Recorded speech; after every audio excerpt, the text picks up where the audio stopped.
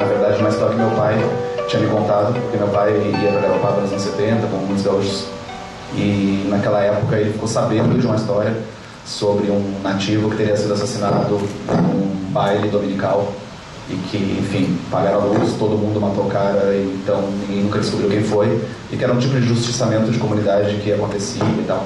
Ele me contou essa história, eu era criança mesmo, faz muito tempo, talvez uma vez que a gente foi a Garopaba, e é uma coisa que eu nunca esqueci, eu achava essa história fascinante, né? Então, quando eu comecei a morar em Garopaba, eu estava morando, na verdade, perto da Vila dos Pescadores, que seria supostamente o cenário onde isso teria acontecido. Então, imediatamente eu comecei a imaginar caso, não se sabe se essa história é verdade, mas comecei a imaginar se fosse, quem era esse cara que foi morto, enfim.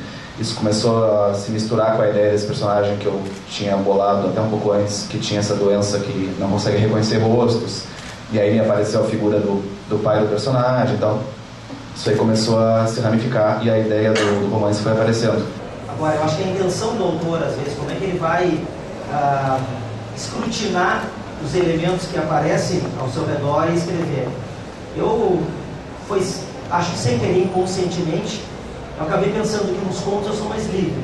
E quando eu escrevi 2 contos que falavam de água, que falavam dessa atmosfera, eu comecei, ao entrar no curso da Unicinos, eu comecei a projetar um livro todo que fosse atravessado por essa dimensão da água, fosse atravessado pela atmosfera algo líquida, muitas vezes plasmática até da água, já que ela transita, né, em estágios naturais do nosso meio, do vapor ao líquido.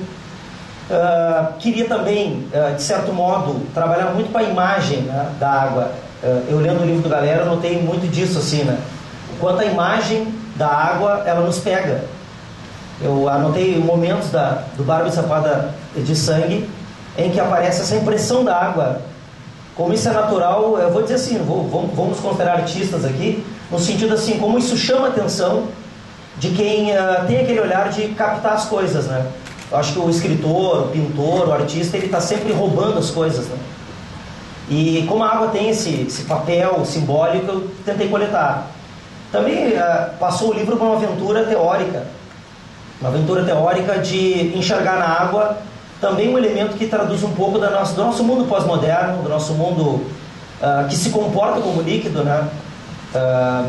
Teorias inúmeras, a mais conhecida do Bauman, né? Que já esteve aqui no Fronteiras do Pensamento, sobre a natureza líquida dos nossos tempos.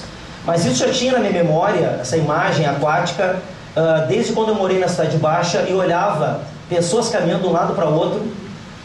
Tempos depois, através de um colega de física, meu sócio, ele acabou dizendo, não, o sólido se comporta como líquido também. A areia do deserto se comporta como líquido, uma multidão, o trânsito se comporta como líquido. Aquilo me impressionou tanto.